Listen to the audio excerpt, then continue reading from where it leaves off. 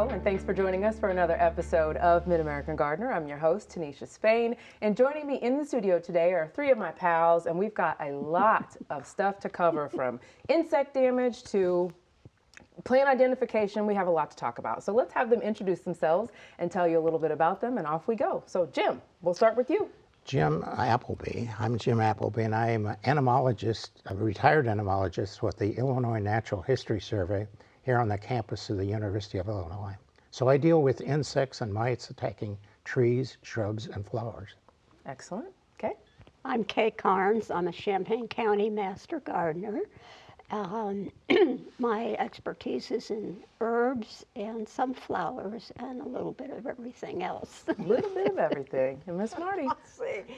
Hi, I'm Martie Alagna. I'm a semi-retired private landscaper, and I'm not a master gardener. I just play one on TV, and I Google a lot. So. And we all know that Martie grew up growing potatoes. Yeah. She's told that story to us a Acres few times. of- Acres and acres of taters. Yes, and we dug them by hand because that's what we. I should have never brought it up. No, you shouldn't have. No, They were sorry. tasty. All right, let's jump in. Jim, you've got some show and tells. So we'll start down there with you. Whichever you'd like to talk about first. What'd you bring? Well, I brought some plant damage here caused by airborne contaminants. You know, in the Midwest, there's herbicides like 2,4-D and dicamba that are very volatile substances. So when they're applied, they become airborne. Now, I haven't used any herbicides on my property, and the nearest property that could have been used where herbicides could be used is at least a mile away. So these contaminants can get into the air and damage foliar plants. Now, some plants in the Midwest are very susceptible to herbicide damage. I call them indicator plants because they indicate whether herbicides are used, these herbicides are used. In the Midwest, particularly redbud foliage, grape, and tomato. They are very susceptible to that. And I brought in some foliage here of my redbud plants that are showing evidence of this herbicide injury. Notice these leaves here. You have some of the leaves here that are normal. Mm-hmm. These herbicides affect leaves just as they're unfolding. So on mature leaves, you may get a little bit of spotting, but on leaves that are just opening up, in mature leaves, you get this really bad damage where the leaves are curled, they're sort of yellowish green, and they're leather-like. I mean, they're thick. Mm-hmm. So I don't know if you can see that well on the close-ups or not, but it's very distinctive. So this is on redbud. The other is on grape, and it's the same kind of injury. You get this very distorted leaves. They're sort of curled, and they're sort of a yellowish green. So again, now, should you be concerned about that? Well, I can't be too concerned because this is only one application of herbicide.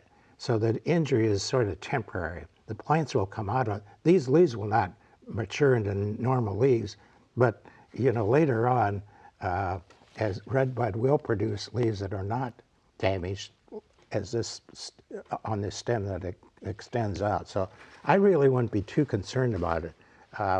It's sort of temporary, but it's something that people sometimes come to me and they say, what kind of insect causes this injury? And it's not caused by insects, it's herbicide drift, airborne. So what, for the at-home gardener, I mean, you said it's a mile to the next place that could have sprayed it? At least a mile. At least a mile. Oh, yeah.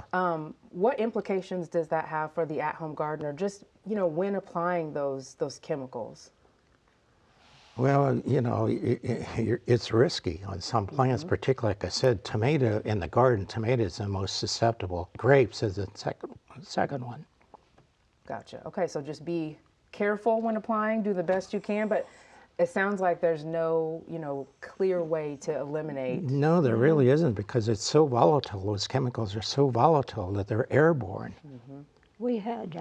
We're surrounded on three sides by farm field, and they sprayed on the west edge of us. And I went out a couple days later, and the grass from they must have been okay and then wandered over. But the grass is all yellow and, Oh, wow. for about this wide. I was not happy. And there's no question about where that came And I from. could smell. I went out. I was out yeah. while they were doing it. I could smell it. Oh, yeah. Yikes. So, but what can you do? But I what mean, they can you got to do? do their thing too. They got to protect. Yeah, their I think so, and I think the farmers are having a tough time of it. So I Yeah. don't complain. I mean, so Sure. so you get a little bit of damage. It's not going to hurt the. No, I mean, and it was just there's no grass. permanent damage on these trees. Good to know, though. If Oh, they're yeah, it's out good there to and know, you can yeah. identify that damage. And particularly, my insects get blamed for this. Your insect. And My they're getting a insect. bad Your rap. insect pals get blamed for this. Oh, it's a travesty. All right, we'll come back to you, Jim, because I know you've got something else to share. Kay, we'll go to you. You brought something lovely. Yes, I did. And it's getting a little floppy now. This is a pink peony poppy. And actually it's an annual, but it seeds itself, and you can see this is a classic poppy where the seeds are, and they're really showy, and they get I don't know 3 or 4 feet tall, and they're pretty Oh, it's sturdy. beautiful. It's beautiful. But that's a gorgeous color, Oh, yeah, and I yeah, have yeah. Can you purchase those locally? I don't know. I think you can get the seed. You go online. And Is that get what the you did? seed. No, I don't know where I've had them for a long time, and I don't. And they just remember where they reseed, so you came get from. to just enjoy them now. Yeah, Is, so is this an early, not early spring, like a mid-spring, late spring bloomer? Are they finishing up? Or are they just starting to open? Where are they They're at? kind of in the middle. In the middle? Okay. They've been out for maybe a month or so. June-ish, Yeah. early yeah. summer. Now, do you snip the seed pods off and keep them, or do you just let them fall and let them? I let them fall. If you wanted to put some in a different spot, you could, dry the pod and then take the seeds out. But I've got one batch in front of our garage. And that's really nice because people can see it from Yes. the road. But then I also have a patch in my vegetable garden. Is that a whoopsie, or was that by design? I don't know where they came from. And we'll take them. They're gorgeous anyway. They attract pollinators. Yeah. Hey. Easy maintenance? Do you have to do anything to them? Nothing. I don't do we love anything that. with them. We love low Yeah. maintenance. Okay, the peony poppy. And they bloom for a while. Very nice. It is gorgeous. It It looks is. delicate, but you were saying it's a tough flower. It looks delicate, but yeah, it's not kind real of. delicate. This one's kind of droopy right now because it's A little been in the thirsty, car. but she'll be all yeah, right. but So are they deer resistant? well, we have deer strut through our yard periodically, and I've never seen them bother them. That's another thumbs up. So. Oh, that's for sure. But then, I'm gonna they're- get some. that's next to the garage, so the deer don't usually get quite that close. Yes, We yes. have them strut in our front yard in front of our house, but they haven't gotten If they there. were going to munch them, I bet you they would Yeah, have by they would now. have So found you might be in the clear out at your place. I'm going to have to get some. Yes, those Yeah. are gorgeous. Yeah. are really Well, I'll pretty. tell you what, I'll dry a bunch of seed and give them all. See, this is what we do here at Mid-American Okay, Gardener. yeah, Just I'd love keeping to- the varieties Some are alive. gorgeous.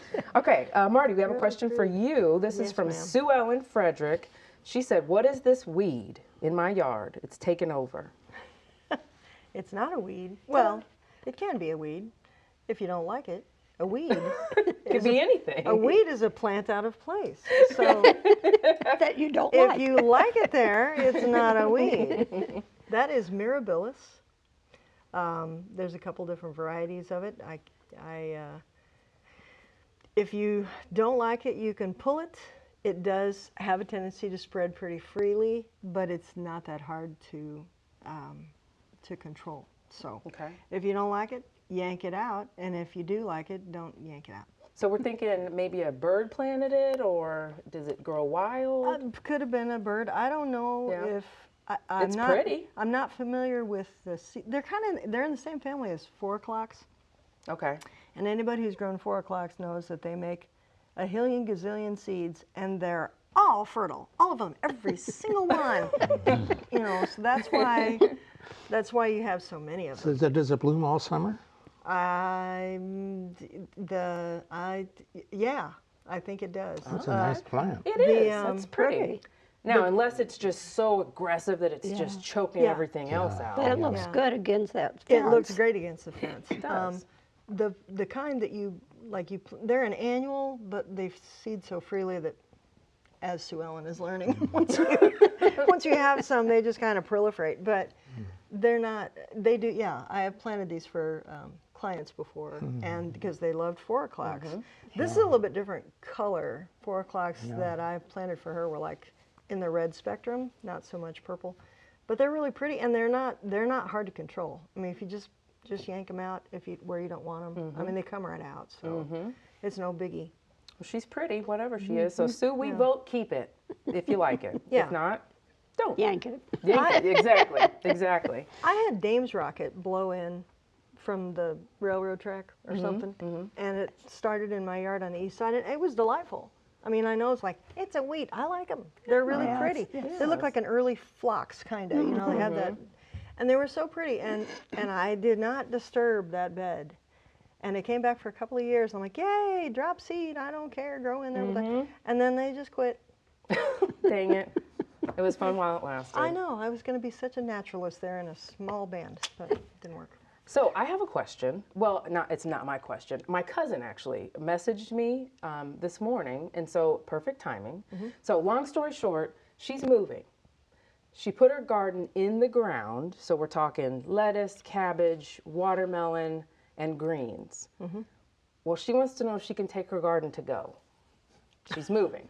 So have you ever heard of someone putting in a garden, deciding to move, and then packing it up? No. Is that a thing? Can she try it? Can we do it? Wish she could try Anything's it. It's going to be a lot of work.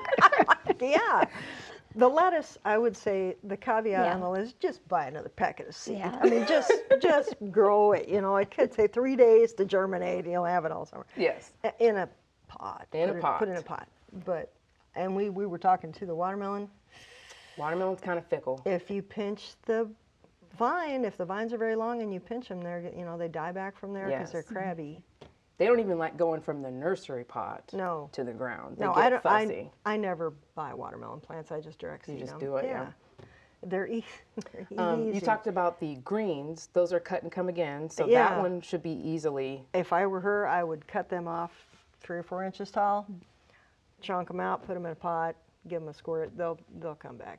The cabbage. Any opinions there, ladies and germs? I have no idea. Not so much.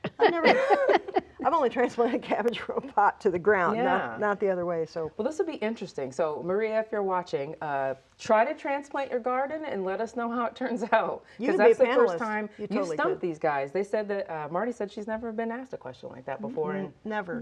20-some years of No. being on the show. So, okay, we'll give it a shot. All right, Jim, we're back to you with your. Well, I grow mint, and there's an insect that does affect mint. It's called the 4-line plant bug. The adult is sort of a yellowish green with 4 black stripes on it, and the head is orange. The nymphs are a bright red and black. Now, they overwinter in the stems of your plant like mint. They overwinter in the egg stage. So one cultural method to get rid of these things is don't let the old stems in the area where you have the mint. Remove those stems and take them, 20 feet away or burn them.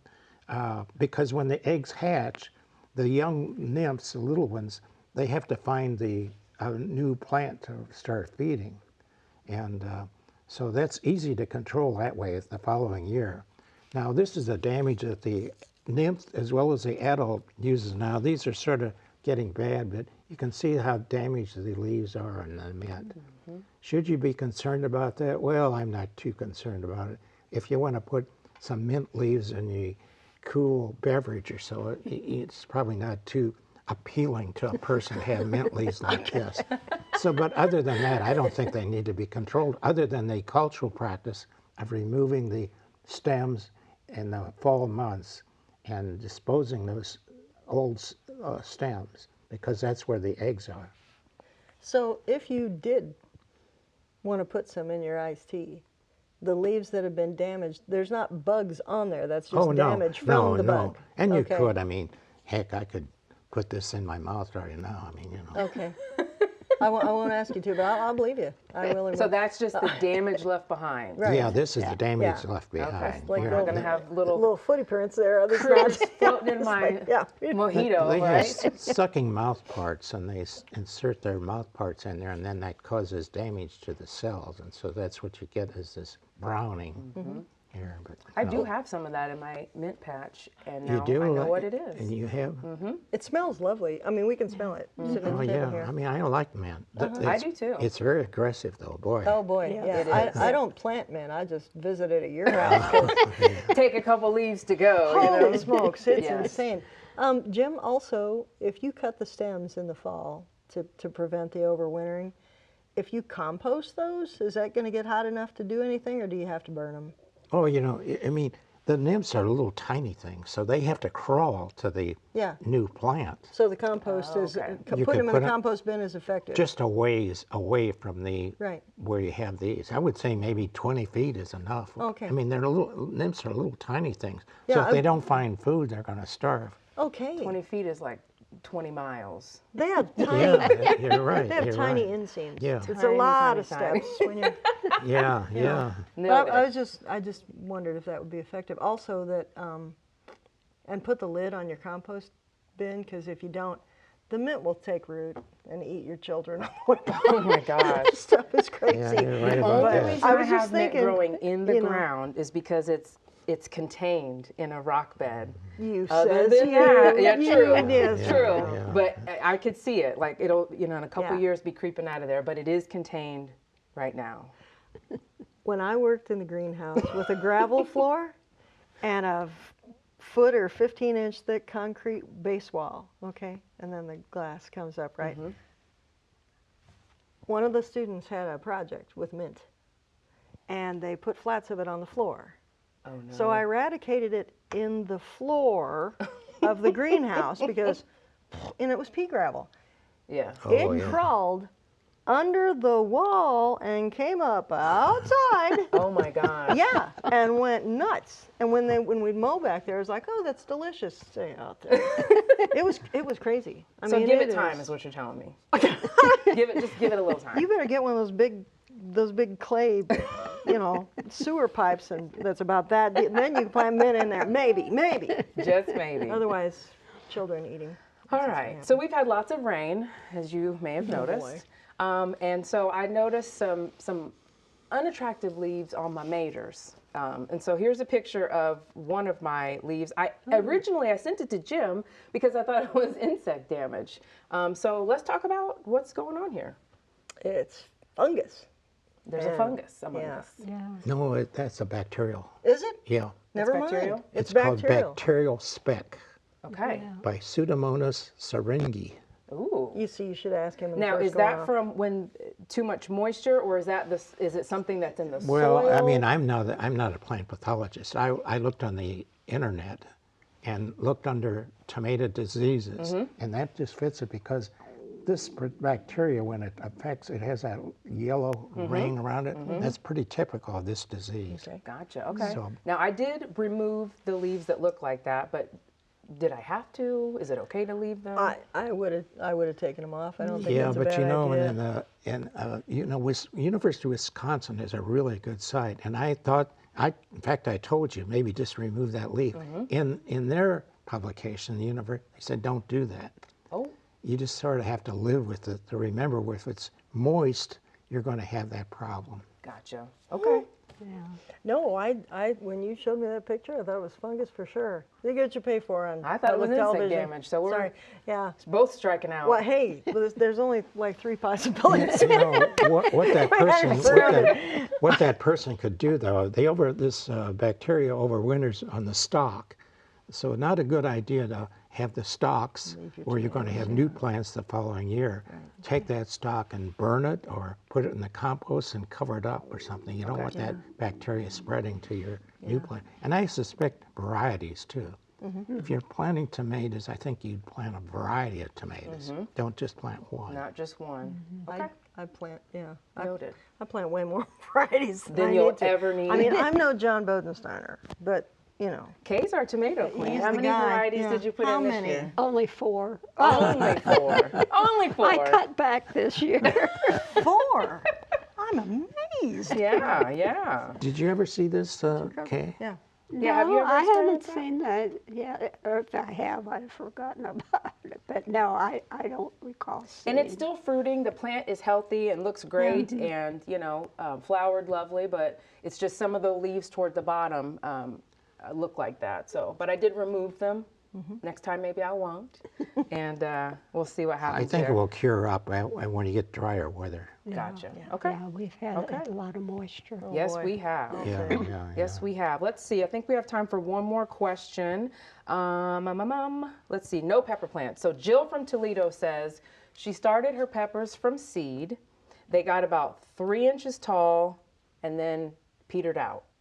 So what are some things, and she said she did use a heating pad and a grow light and would like some suggestions for next year. So when you're starting peppers from seed, what are some common things that you can run into that will either stunt them or they just won't do well? We talked about it being cool. My pepper plants are small because I planted them not early, but I didn't know it was going to be a cold spring. So rookie mistake. I know you guys are all scolding me right now. You're just impetuous. I know it. I know it. But is it the cool? Is it the moisture? What do you think is Probably all of the above. all of the above? Okay. And variety. You know, I have peppers and and actually a couple of them I bought, and then the others I started from seed. And the one I started from seed are doing a lot better than the ones I bought. Interesting. So I don't, if they were in pots too long before they were planted. I mean, they're okay, but they're not as vigorous as the ones I started from seed. And it's just so much trial and error. Oh, it is. It is. No matter if you're a horticulturalist or a hobby gardener or a professional or not, it's all trial and error. You guys still kill things, I'm sure. Oh, yeah. right? Oh, between us and the deer and the rabbits and the squirrels Rabbits. and the Oh, gosh, the Yeah. birds rabbits. and the insect friends of someone at the other end of the table. Yeah, it's a strain. Yes. I, yes. pla- Ain't I the Garden of planted Eden. 10 tomato plants, and I had them in cages, and there's a cattle panel behind them. That's What I do too. It's easy. I went out there one day. 2 of them were completely missing.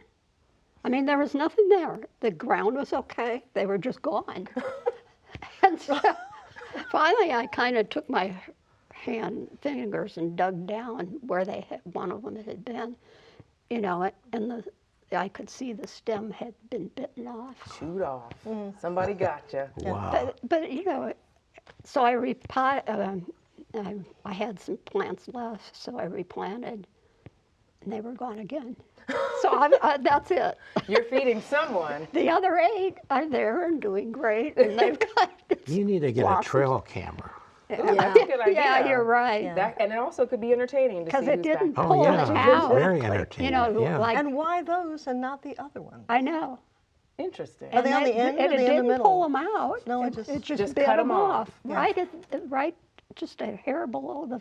I think a trail soil. cam is a Yeah. perfect idea. Yeah. So you can catch the culprit in the Oh, yeah. act. Let's And then see. have it right here on television. Exactly. Yeah. You could show everyone. Kay, That would this be is a great idea. fantastic. Yeah, it is. We're all waiting. Yeah. Let's see, one more. We got a couple minutes left. I'm not going to read the entire question, but someone is having issues with their clematis not flowering. So what are some common things that we could encounter with that? I read that question, and they think it might be too shady. I don't think it's too shady. I'm thinking you might want to feed it with a high phosphorus plant food, see if you can inspire some bud growth. Since the plant itself, they said the plant grows up and then it puts on buds and then the whole thing dies, and it sounds like it's got clematis wilt to me, because that's what they do. You could. Now, is that so if it every year the same plant Yeah. grows and then dies back and Yeah. never flowers, should they? Well, they said it grows up and leaves out, and then it says flower buds, but then the whole plant wilts and dies. Mm-hmm. And that just sounds a lot like clematis wilt to me. So you could try a different variety, or you could try that variety in a different place. Okay. Because I don't think there's anything you can treat clematis wilt with. It's just, it's a condition that happens, and Okay. you know, some clematis varieties are more susceptible to it than others. Okay. So We've tried for 2 years, so you may have to try another one. I have a Rebecca clematis that I have to replace routinely because they're fabulous. The huge red velvety flowers, and then it just croaks. Yeah. And I've got all kinds of other clematis in the yard. They do fine. Okay. They're just robust and regular. So try another one. All right. She's a quitter. We're out of time. That went fast, didn't it? I always goes fast. Thank you to the three of you for coming in. Thank you so much for watching. We had a blast. If you've got questions for our panelists, send them in to us at yourgarden@gmail.com, or you can search for us on socials. Just look for Mid-American Gardener, and we will see you next time. Good night.